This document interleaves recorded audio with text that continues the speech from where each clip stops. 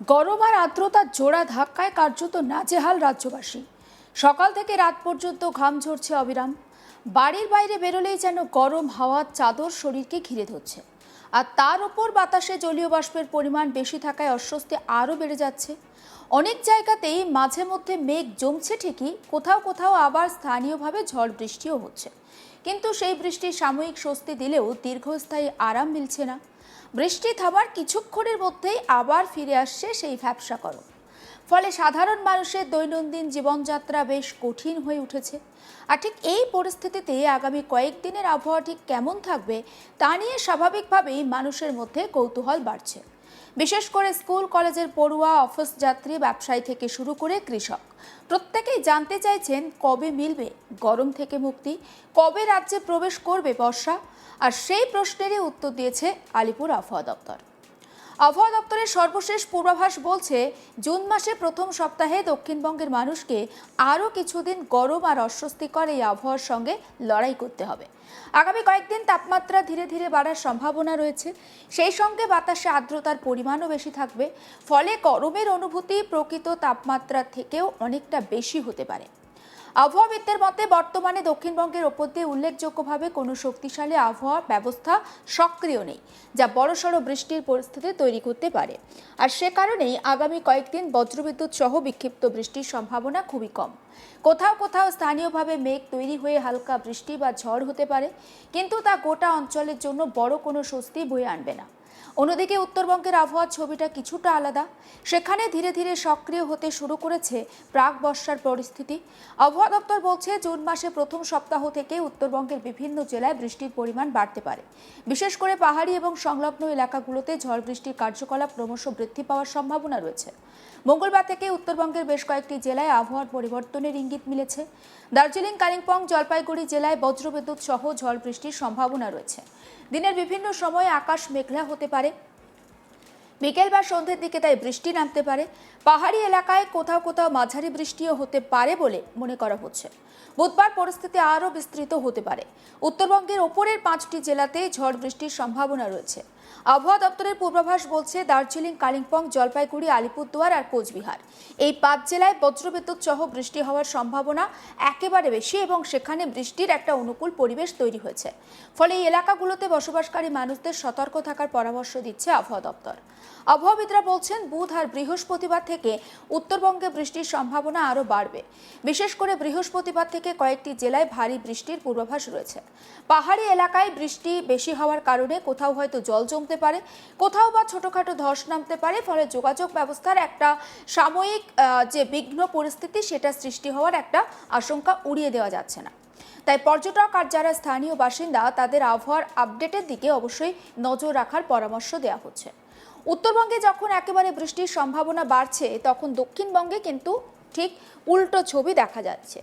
আগামী বুধবারের মধ্যে দক্ষিণবঙ্গের বিভিন্ন জেলায় তাপমাত্রা 3 থেকে 4 ডিগ্রি সেলসিয়াস পর্যন্ত বাড়তে পারে বলে জানাচ্ছে আবহাওয়া দপ্তর। অর্থাৎ ইতিমধ্যেই আপনি যে গরম অনুভব করছেন, যে গরমে আপনি কষ্ট পাচ্ছেন, সেই গরম আগামী কয়েকদিনে আরও বৃদ্ধি পাবে। বিশেষজ্ঞরা বলছেন, তাপমাত্রা বৃদ্ধির পাশাপাশি বাতাসে আর্দ্রতার পরিমাণও বেশি থাকবে। ফলে গরম আর যে ভ্যাপসা অনুভূতি, অস্বস্তিকর পরিস্থিতি আরও বাড়বে।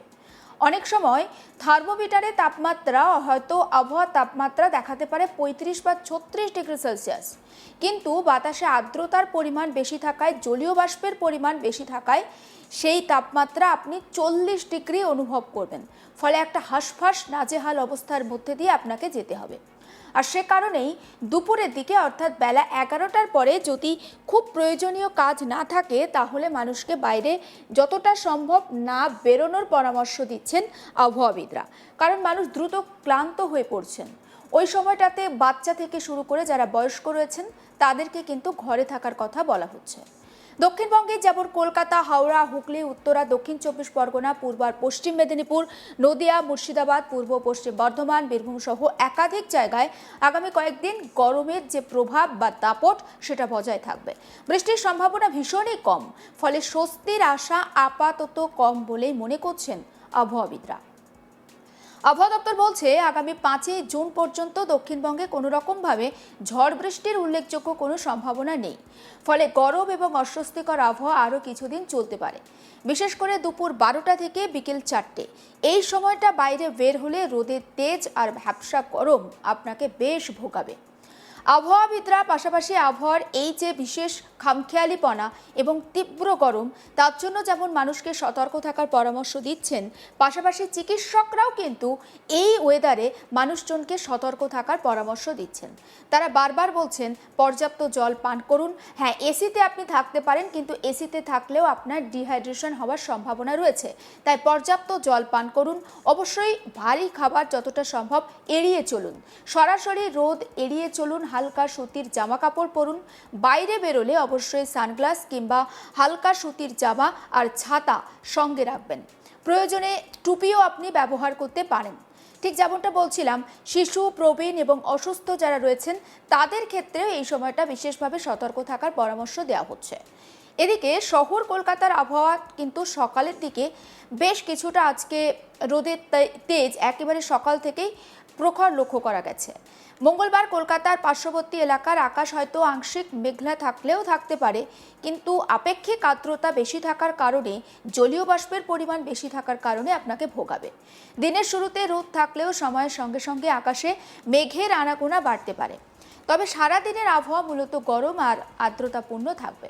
বিকেল বা সন্ধ্যের দিকে হয়তো কলকাতার কিছু কিছু এলাকায় বজ্রবিদ্যুৎ সহ বৃষ্টি হতে পারে, কিন্তু সেই বৃষ্টির সম্ভাবনা খুব একটা বেশি নয় এবং সেই বৃষ্টি যে আপনাকে খুব একটা স্বস্তি দেবে তেমনটাও কিন্তু নয়। আবহাওয়াবিদ সৌরিশ ব্যানার্জি আবহাওয়ার এই যে খামখেয়ালিপনা সেটা নিয়ে কি জানাচ্ছেন, আসুন শোনাই। 1 থেকে 3 তারিখ বৃষ্টিপাত অনেকটাই কমে যাবে দক্ষিণবঙ্গে। স্থানীয়ভাবে 2-1 জায়গায় হালকা বৃষ্টির সম্ভাবনা থাকবে, সেটাও স্বল্পস্থায়ী। তবে বৃষ্টিপাতের সম্ভাবনা কমের দিকে থাকবে, থাকলেও সেটা স্বল্পস্থায়ী এবং স্থানীয়ভাবে হালকা ধরনের 1 থেকে 3 তারিখের মধ্যে। 4 থেকে 5 তারিখ আবার সামান্য একটু বাড়বে, বিক্ষিপ্ত বৃষ্টিপাতের সম্ভাবনা থাকবে 4 থেকে 5 তারিখের মধ্যে দক্ষিণবঙ্গের জেলাগুলিতে। তাপমাত্রা আগামী 3 দিনে দিনের তাপমাত্রা 2 থেকে 4 ডিগ্রির মতো বাড়ার সম্ভাবনা রয়েছে, যেটা গত কয়েকদিনে বৃষ্টিপাতের কারণে মেঘলা থাকার কারণে অনেকটা কমে গেছিল। বিশেষ করে পশ্চিমের জেলাগুলোয় স্বাভাবিকের থেকে অনেকটা নিচে নেমে গেছিল তাপমাত্রা, সেটাই বেড়ে স্বাভাবিকের কাছাকাছি আসবে। সেটা স্বাভাবিকের থেকে কমে গেছে, সেটাই এই সময় যে তাপমাত্রা স্বাভাবিক যেটা থাকে সর্বোচ্চ তার কাছাকাছি চলে আসবে। পরবর্তী 3 দিনে বৃষ্টিপাতের সম্ভাবনা কমে যাবে কলকাতা পার্শ্ববর্তী অঞ্চলের জন্য, এবং আবার কিছুটা সম্ভাবনা তৈরি হবে 4 থেকে 5 তারিখের মধ্যে। তাপমাত্রা কলকাতা পার্শ্ববর্তী অঞ্চলের জন্য আগামী 5 দিন দিনের সর্বোচ্চ তাপমাত্রা 35 থেকে 36 ডিগ্রির কাছাকাছি থাকবে। অর্থাৎ এই সময় স্বাভাবিক যে গরমটা থাকে তার কাছাকাছি থাকবে, আর্দ্রতা বেশি থাকবে, ফলে আর্দ্রতাজনিত অস্বস্তি থাকবে। উত্তরবঙ্গে বৃষ্টিপাত বাড়ার সম্ভাবনা রয়েছে মেনলি 3 তারিখ থেকে। 3 তারিখ থেকে পরবর্তী কিছুদিন উত্তরবঙ্গের উত্তরের জেলাগুলোয় বৃষ্টিপাত বাড়বে এবং 4 থেকে 6 তারিখের মধ্যে উত্তরের জেলাগুলো 2-1 জায়গায় ভারী বৃষ্টির সম্ভাবনা তৈরি হবে। অন্যান্য জেলাগুলো মালদা 2 দিন আছে, বিক্ষিপ্তভাবে বৃষ্টিপাতের সম্ভাবনা থাকবে 3 তারিখ থেকে পরবর্তী কয়েকদিন। সমস্ত আপডেট পৌঁছে দেবো আপনাদের কাছে, নজর রাখুন। আজ তাক বাংলা সাবস্ক্রাইব করতে ভুলবেন না।